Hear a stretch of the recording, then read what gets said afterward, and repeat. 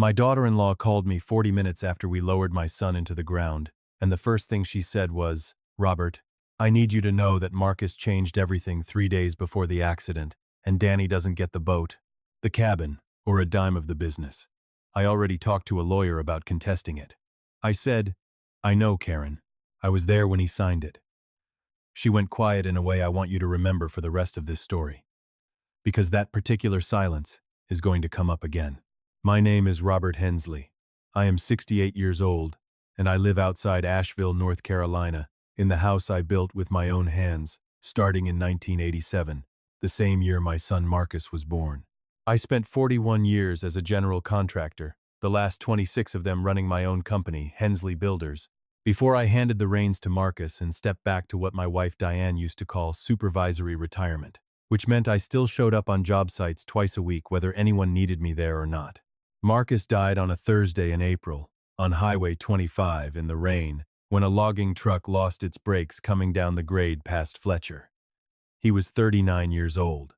He left behind Karen, his wife of 11 years, and my grandson Danny, who was 14 and had just made the junior varsity baseball team, a thing Marcus had told me about on the phone 4 days before he died with more pride in his voice than I had heard from him in years. I want you to sit with that detail for a moment, because it matters later. Marcus was proud of that boy. Whatever else is true in this story, that much was never in question. I am going to tell you what happened over the 11 months between my wife's death and my son's, because you cannot understand what Karen did, or what I did in response, without understanding what came before it. And I am going to tell it to you the way I have told everything for 41 years in this business, which is to say plainly, in the order it happened, without smoothing over the parts that make me look less patient than I would like to have been. Diane died the May before Marcus did, 11 months to the week, of the ovarian cancer that had been quietly rearranging our lives since the diagnosis 2 years earlier. She was 66. We had been married 43 years, and I am not going to spend a long time describing what that kind of loss does to a man, because, if you are watching this, some of you already know, and there are no words I have that will explain it better than the silence in a house built for two people that now only holds one. What I will tell you is that Diane, in the last 6 months of her life, developed a habit of watching things. She had always been sharper than me, if I am honest, in the way she read people, but the dying seemed to strip away whatever patience she used to have for giving people the benefit of the doubt. She told me once, sitting up in the hospital bed we had put in the front room because she wanted to see the mountains from where she lay, "Robert, I don't have time left to pretend I don't see what I see." What she saw was Karen. I want to be careful here, the way I was careful for 11 months, because this is not a story about a villain twirling a mustache. Karen was not cruel to Danny. She was not cruel to Marcus. Not in any way you could point to and call abuse. She was, and I choose this word deliberately because it is the most accurate one I have, organized. Karen had been a paralegal for 14 years at a firm in downtown Asheville that specialized in estate litigation, which meant she understood, with professional precision, exactly how wills worked, how trusts worked, how family businesses got valued and divided, and exactly which levers existed to move money from one place to another. That was her job. I do not hold a person's profession against them. What I hold against a person is what they do with the specific knowledge their profession gives them when it becomes convenient. It started, as far as I can pin it down, in the 3rd month of Diane's illness, when Karen began asking Marcus questions about Hensley Builders. Not to me, I want that noted, because it matters to Marcus. Questions about how the company was structured, whether it was an LLC or an S-corp, whether I had a succession plan, whether Marcus's ownership stake was documented anywhere formal, or whether it existed the way a lot of things exist in a family business, which is to say by handshake and assumption, and 40 years of nobody needing a piece of paper to know how things worked. Marcus, being a good and slightly naive man who trusted his wife the way a person is supposed to be able to trust their wife, answered her questions honestly and thought nothing of it, because why would a man think anything of his wife wanting to understand the family business? Diane thought something of it. Diane, from that hospital bed with the mountain view, started keeping track. She would tell me in the evenings, after Karen had visited with Danny to see his grandmother, what Karen had asked that day. She wanted to know if the company owns the equipment outright, or if there's financing on it. Diane would say, not with alarm, just with the flat reporting voice of a woman documenting a pattern. She asked if Marcus's name is the only one on the deed to the lake house. I would say I didn't think it meant anything. Diane would look at me the way she'd looked at me for 43 years when I was being slower than she needed me to be. And she would say, "I'm not saying it means something yet. I'm saying watch it with me." So I watched it with her. That is the part of this story I am proudest of and most ashamed of, at the same time proud that I listened to my wife. Ashamed that it took her dying to make me pay the kind of attention I should have been paying all along. In the 5th month, Karen suggested to Marcus that it might be smart, given everything going on with your mom, to consolidate some accounts for simplicity's sake. Move the lake house deed into a joint trust structure. That would, she explained, using the specific vocabulary of a woman who did this professionally, avoid probate complications down the line. Marcus mentioned this to me, almost in passing, the way you'd mention a scheduling change, because it sounded reasonable, and because Karen's explanations always sounded reasonable, which was, I came to understand, the whole architecture of what she was doing. Nothing she asked for ever sounded like a grab. It sounded like prudence. It sounded like a paralegal's professional care for a family that was about to go through a difficult transition. I told Marcus we should talk to Ellis Pruitt, my attorney of 30 years, before he moved anything anywhere. Marcus said that was probably smart, and I don't know if he ever did, because 2 months later my wife died, and the world got very small and very dark for a while, and paperwork was the last thing on anyone's mind, which I have come to understand was not incidental timing. Diane's funeral was in June. Karen was, I will say plainly, wonderful at the funeral. She organized the reception. She made sure Danny had someone with him at all times. She hugged me and cried real tears. And I do not believe those tears were false, because grief and strategy are not mutually exclusive in a person. And that is one of the harder things I have had to learn at 68 years old. A person can genuinely love someone and also, at the same time, in a separate compartment of themselves, be doing arithmetic about what that person's death means for their position. I do not know how to reconcile those two facts sitting beside each other. I only know that I watched them sit beside each other in Karen for 11 months, and I wrote it down. I started the notebook in July, the month after Diane died, sitting in the workshop behind the house where I used to draft blueprints by hand before the business went digital. I wrote down dates. I wrote down what Karen had asked, as close to her exact words as I could remember them. The way I used to document a change order on a job site, not with my opinion attached, just the fact of what was said and when. Diane had been the one watching before. Now it was just me, and I did it the way I know how to do things, which is methodically, because I built houses for 41 years, and the thing you learn building houses is that you do not see the crack in the foundation from across the yard. You see it because you walk the perimeter every single day, and you notice the day it appears. In August, Karen asked Marcus whether the company should be restructured now that it's really just you running things, a phrasing that quietly erased the fact that I was still the majority owner and had been on 2 job sites.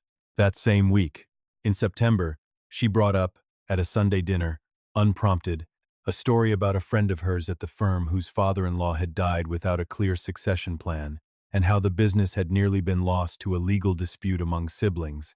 A story that had the specific shape of a cautionary tale being deployed for a purpose. In October, she suggested Danny be added as a named beneficiary on several accounts, for tax efficiency, which sounded, on its face, like something a devoted mother would want for her son, and which I noted, and which I did not object to, because objecting to provisions for your grandson makes you sound like a petty old man, and I did not yet have enough in the notebook to say anything out loud. What I had by November was 14 entries and a shape starting to emerge, the shape of a woman who understood, with professional clarity, that Marcus was a decent, trusting, somewhat conflict-averse man who had just lost his mother and was not going to scrutinize his wife's financial suggestions during the worst year of his life, and who was positioning herself, patiently and reasonably and always in language that sounded like love, to control what would eventually be a very large amount of money and property once I was gone too.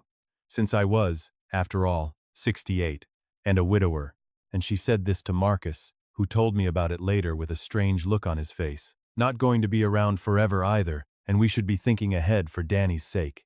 I want to pause here and tell you something about my son, because he is the actual heart of this story and I have been talking mostly about Karen. Marcus was not a fool. I need you to understand that. because I know some of you watching this are already forming an opinion of him as a man who let his wife walk all over him, and that is not who he was. Marcus ran a 14-person construction crew. He negotiated with subcontractors who would eat a soft man alive. He was, in every part of his life outside his marriage, a sharp and capable person. But there is a particular blindness that comes from loving someone for 11 years and building a family with them. A blindness I understand better than anyone, because I had 43 years of it with Diane. And the difference between Diane and Karen was the difference between someone who used that blindness to build something with you and someone who used it to build something for herself while making you think it was for the family. In December, 4 months before he died, Marcus came to my workshop on a Saturday afternoon, sat down on the stool across from my drafting table, and said, "Dad, can I ask you something and have you not get upset?" I said, "Go ahead." He said, "Do you think Karen's been acting strange since Mom died? About money stuff?" I did not tell him about the notebook that day. I want to be honest about why.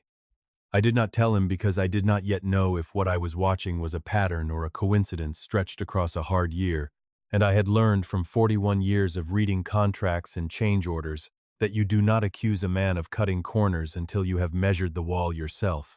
What I told him was, "I've noticed some things too, son. I think we should both keep noticing, and we should talk to Ellis before anybody signs anything else." We made an appointment with Ellis Pruitt for the second week of January. Marcus wanted to understand where things stood, his ownership in the company, the lake house, what would happen to Danny's inheritance from both sides of the family if anything happened to either of us. It was, Ellis told me later, an entirely normal, prudent meeting for a man who had just lost his mother and was thinking clearly about his family's future.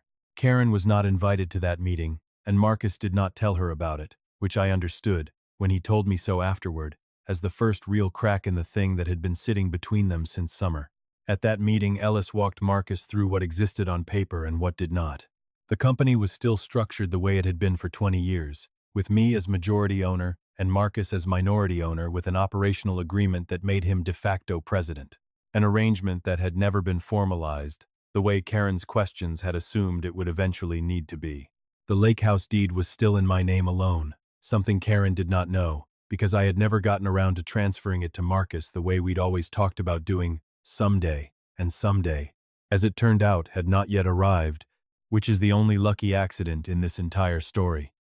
Ellis asked Marcus directly, the way a good lawyer will, "Is there a reason you're asking about all this now, specifically?" And Marcus told him. He told him about the account beneficiary suggestions, the trust restructuring talk, the pattern his father had been quietly logging in a notebook since July. Ellis looked at both of us and said something I have thought about every day since. He said, "Gentlemen, I'm not going to tell you what to think about your wife and daughter-in-law's intentions.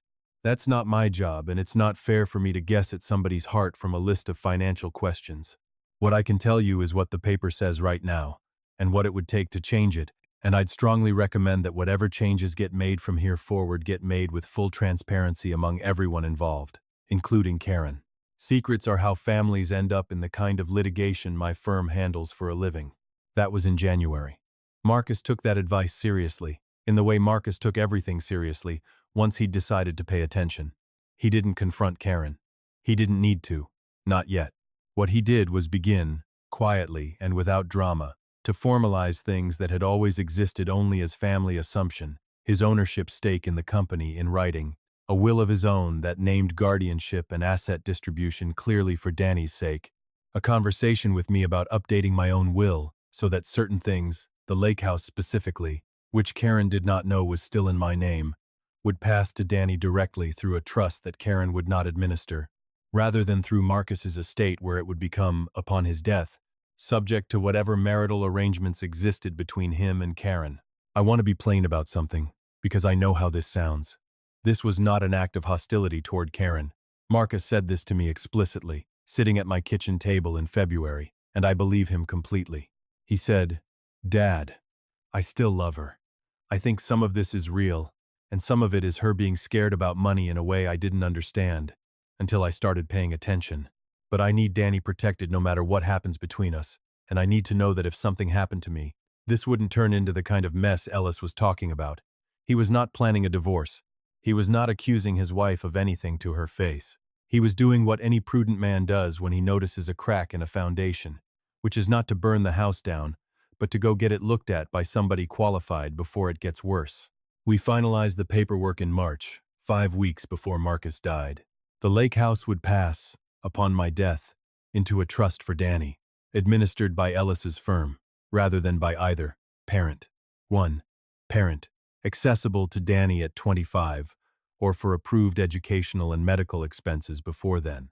Marcus's ownership stake in Hensley Builders was documented in a way that made clear it would transfer to me first and then, per my own updated will, eventually to Danny as well, held in trust until he was old enough to run it or sell his interest in it, with Karen having no controlling stake in the business regardless of what happened to her marriage or her husband.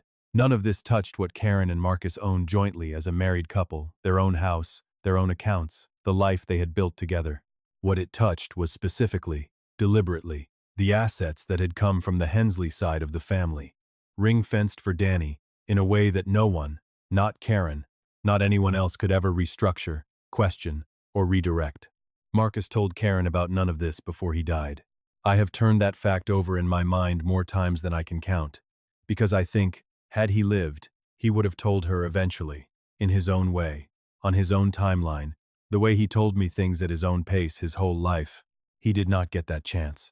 The logging truck came down the grade at Fletcher on a Thursday afternoon in April, and Marcus Hensley, 39 years old, husband, father, my son, was gone before the ambulance got him to Mission Hospital. Karen found out about the will and the trust structure the way I told you at the start of this story, not from me, not right away, but from the reading of Marcus's will itself, 10 days after the funeral, in Ellis's office, with Karen sitting across the conference table from me while Ellis explained, in the careful language of a man who has delivered this kind of news many times, that the majority of what she had assumed would eventually flow through the estate had been restructured months earlier into a trust for Danny, administered independently, and that the company ownership followed a similar path back to me and then forward to Danny in time. She had assumed, reasonably, that as Marcus's wife she would inherit his estate essentially whole, and would manage what belonged to her son until he came of age, the ordinary and expected pattern in most marriages. What she learned instead was that her husband had, in the last 3 months of his life, quietly and deliberately removed the largest assets from that ordinary pattern and placed them somewhere she could not touch. She called me that afternoon. That is the call I opened this story with. Robert, I need you to know that Marcus changed everything 3 days before, and she stopped herself, because that was not accurate, and being a paralegal, being a woman who dealt in precision for a living, she corrected herself, even in the middle of her own fury. 3 months before the accident, and Danny doesn't get the boat, the cabin, or a dime of the business the way we'd always assumed, and I already talked to a lawyer about contesting it. And I said, I know, Karen. I was there when he signed it. The silence that followed was the silence of a woman recalculating, in real time, exactly how much I knew, and how long I had known it, and what that meant about the 11 months that had just passed. She said, You knew about this. I said, I knew about all of it, Karen. I knew about the accounts. I knew about the trust conversations with Marcus, before he ever came to me. I knew about the story you told at Sunday dinner in September about your friend's father-in-law. I have known about every piece of it since July, because I wrote it down. You've been keeping notes on me, she said, and her voice had a quality I want to describe carefully, because it was not quite outrage and it was not quite fear. It was the sound of a professional recognizing that she had been out-documented by an amateur, which is its own particular humiliation for a person whose entire career rests on being the one who understands the paper trail. I said, I have been keeping notes since my wife was dying in a hospital bed and noticed the same pattern I noticed. I did not do this out of spite, Karen. I did it because Diane asked me to watch, and because when Marcus came to me in December scared about his own marriage, I did not want him going into a lawyer's office with nothing but a feeling. I wanted him going in with facts. She said, This is going to destroy this family. I said, Karen, I think you and I are going to have a very long conversation about what destroyed what, and I don't think today is the day for it. Because we buried my son 4 hours ago and I am not going to have this conversation with his grave still fresh. But I will tell you the same thing Marcus would have told you, because I watched him become a man capable of saying it in the last 4 months of his life. Danny is protected. That was always the only goal. It was never about taking anything from you that was yours. It was about making sure that what was his father's, and his grandmother's, and mine, goes to him, the way 3 generations of us built it to go to him, regardless of what happens to anyone's marriage or anyone's grief or anyone's plans. She did not speak for a long moment. Then she said, quietly, in a voice that had dropped all the way down to something that sounded almost like the woman I had known for 11 years before any of this, the woman who used to bring Diane soup when she had the flu, the woman who used to laugh at my terrible jokes at Thanksgiving. She said, "Does Danny know any of this?" I said no, and I don't think he needs to, not for a long time, not until he's old enough to understand that his father loved him enough to protect him even from the people who loved him. She said, "That includes me in that sentence." I said, "I didn't say it to hurt you, Karen. I said it because it's true, and because I think some part of you has known it was true since about August, and I think that's the part of you that's been afraid of exactly this phone call for 11 months. She hung up without saying anything else. I sat in my workshop, in the chair I had sat in every evening for a year, writing down dates and quotes and the small accumulating shape of a thing I had hoped I was wrong about, and I looked at the notebook, closed now, 31 entries from July to March, and I thought about Diane in that hospital bed with the mountain view, saying I don't have time left to pretend I don't see what I see. I thought about Marcus at 14, at the kitchen table in February, learning to say a hard, true thing out loud to his own father. I thought about a 14-year-old boy who had just made junior varsity baseball and did not yet know that his father's last act of love for him had been a quiet, patient, unglamorous 11 months of a grieving old man and a scared, careful son building a wall around him that nobody, not even the boy's own mother in her worst moments, would ever be able to tear down. Karen did not contest anything. Ellis told me 2 weeks later that whatever attorney she'd consulted had told her plainly what he had told us in January, that the documentation was airtight, that it had been executed by a man of sound mind, acting entirely within his rights regarding assets that were, in significant part, not marital property to begin with, and that a contest would cost her far more in money and reputation at her own firm than she stood any real chance of recovering. She is still Danny's mother. She still has him every day, still raises him, still packs his lunch and drives him to baseball practice, because whatever else is true about those 11 months, I have never once doubted that Karen loves that boy in her own complicated way, and I was not about to let anything I documented become a weapon aimed at taking her son from her. That was never what any of this was for. What changed is that Danny's future does not run through anyone's grief, or anyone's fear, or anyone's quiet arithmetic about what a dying family is worth. It runs through a trust with my old friend Ellis Pruitt as trustee, and it will be there for him at 25 no matter what happens to the rest of us. And it exists because a dying woman in a hospital bed decided she did not have time left to look away from what she saw, and because her son, in the last 4 months of his life, learned to trust that instinct instead of his own comfortable blindness. I did not do anything clever in this story. I did not outmaneuver anybody. I wrote down dates in a notebook the way I used to write down measurements on a job site, and I told the truth to my son when he was finally ready to hear it, and I let a good lawyer do the rest. Danny came to live in the room down the hall from mine at the start of summer, at Karen's suggestion actually, because she said the boy needed to be close to his grandfather right now, and I think she was right, and I think some part of her also wanted him somewhere she trusted while she figured out what her life looked like now. He asked me, about a month in, sitting on the back porch while I worked on a bookshelf I was building him for his room, whether his dad and I had been fighting about something before the accident, because he'd heard raised voices from the kitchen back in February that he'd never understood. I told him his father and I had never once fought in those months. I told him we had been building something together, quietly, the way his grandfather builds everything, one measured piece at a time, and that someday, when he was older, I would explain the whole of it to him, and that when I did, I wanted him to understand that every single piece of it had been an act of love, from a grandmother who refused to look away, to a father who learned to listen, to a grandfather who still, every single evening, walks the perimeter of what matters to him and writes down what he sees. That is what this family does. That is what we have always done. And that boy, whatever else happens to the rest of us, is going to be just fine.